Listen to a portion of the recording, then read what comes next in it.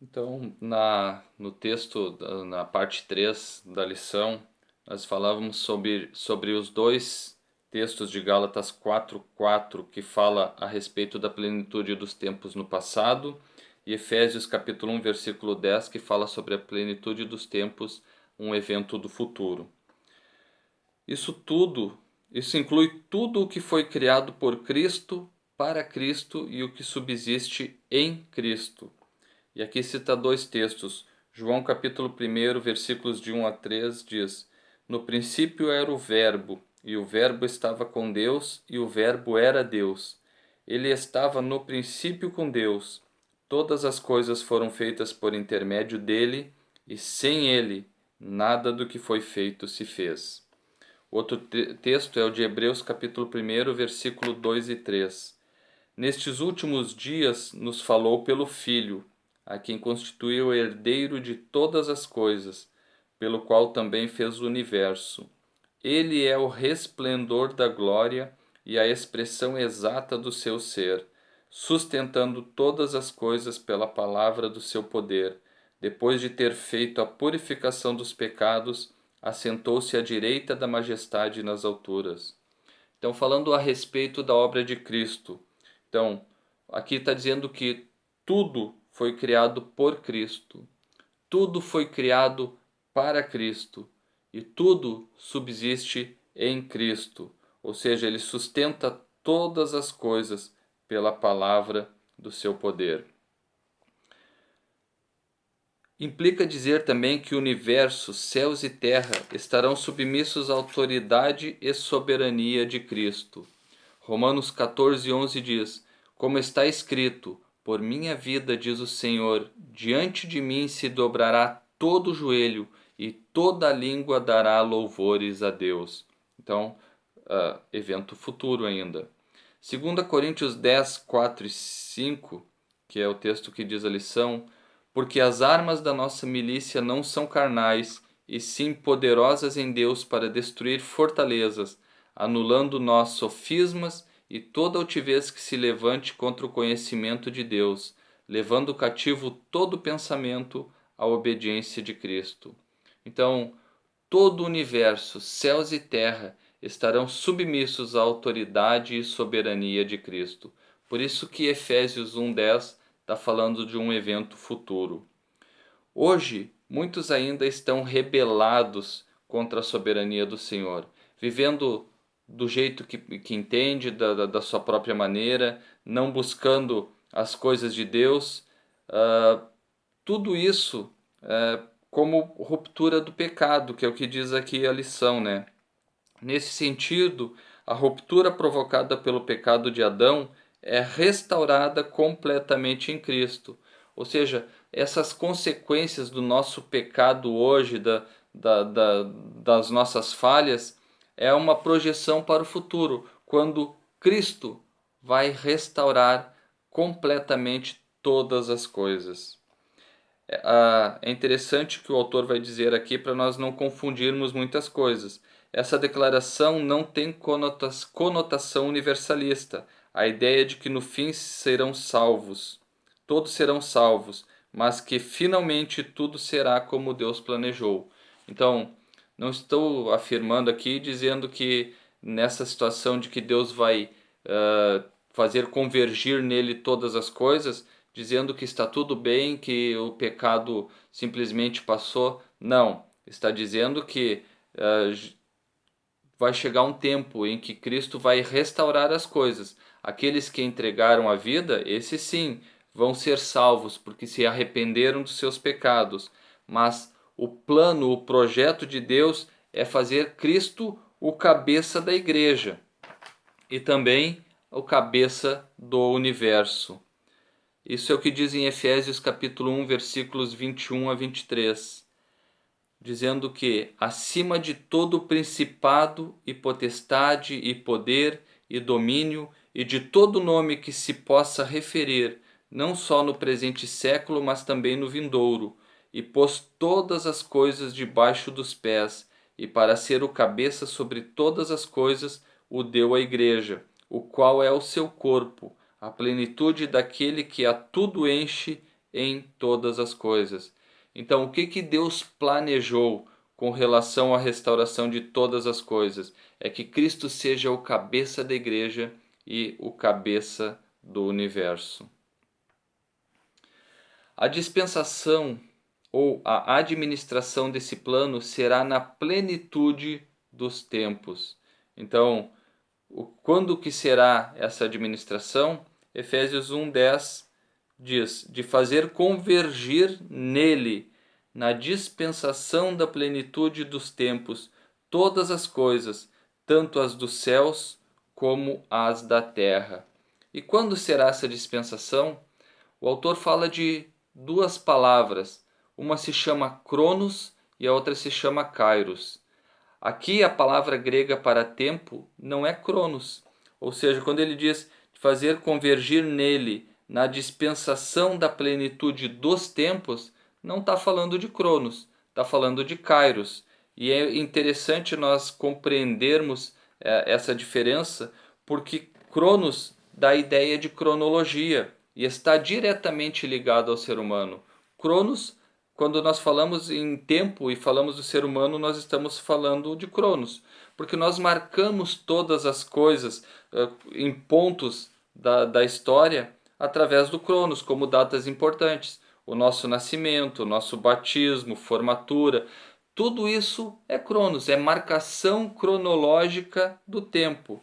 Já Kairos é uma palavra diferente, ela traz a ideia de tempo divino, previamente determinado por Deus para todas as coisas. Então, são coisas diferentes.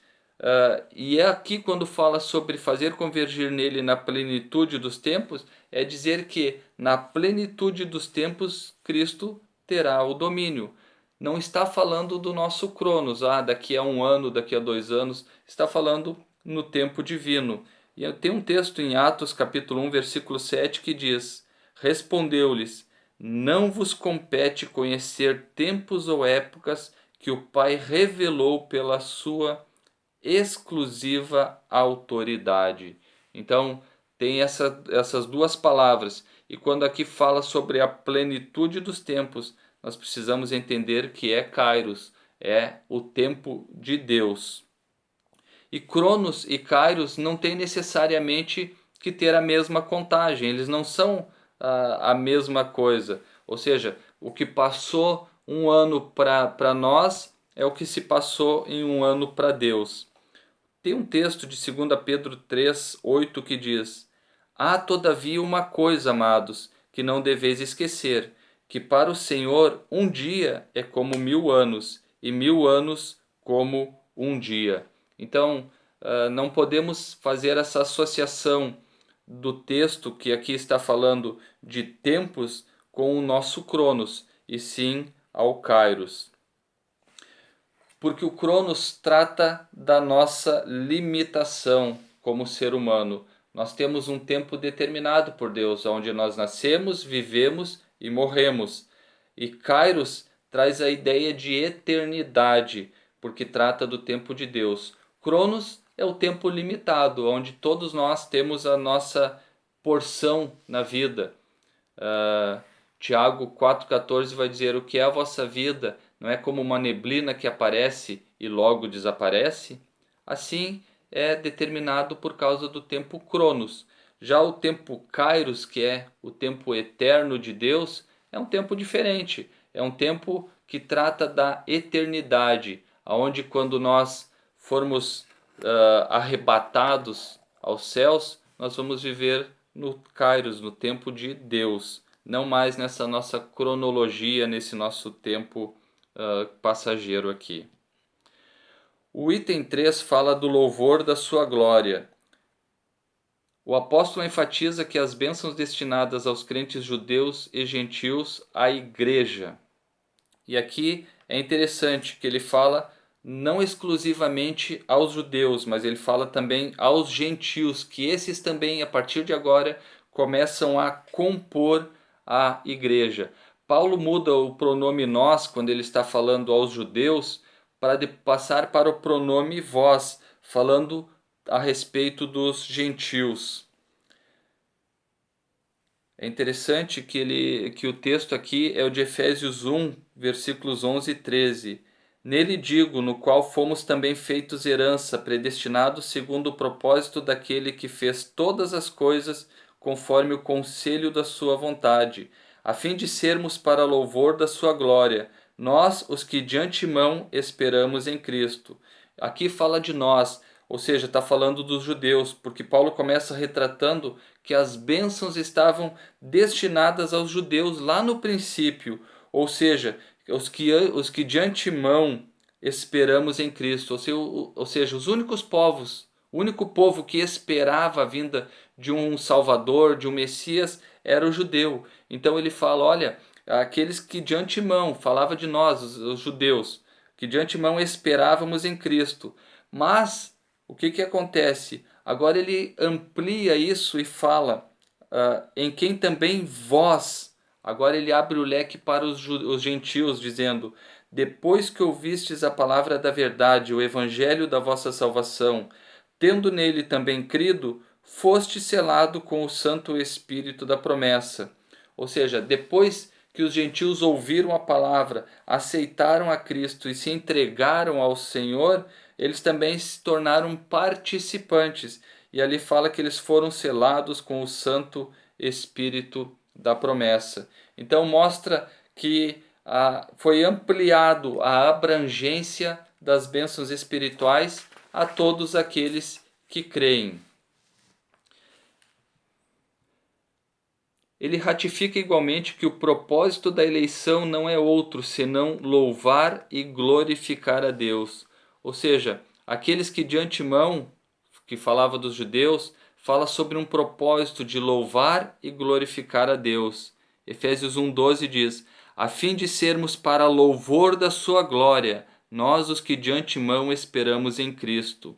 Efésios 1,14 fala: o qual é penhor da nossa herança, até o resgate da sua propriedade, em louvor da sua glória. Nossa obrigação, além de louvar e glorificar a Deus, é o de levar outras pessoas a fazerem o mesmo. Ou seja, nós fomos comprados por Cristo e nós precisamos levar outras pessoas a fazerem isso. E o texto utilizado aqui é o de 1 Pedro capítulo 2, versículo 12. Mantendo exemplar o vosso procedimento no meio dos gentios, para que, naquilo que falam contra vós outros como de malfeitores, observando-vos em vossas boas obras, glorifiquem a Deus no dia da visitação. Então, nós precisamos agir de tal forma que as pessoas possam ver o nosso bom testemunho e glorificarem a Deus. Isso assinala não somente adorá-lo com palavras e ações, mas também levar outros a fazer o mesmo. Precisamos fazer, mas precisamos que outros também façam a mesma coisa. Por conseguinte, tudo o que somos, fazemos ou possuímos vem de Deus, pois começa na sua vontade e culmina na sua glória.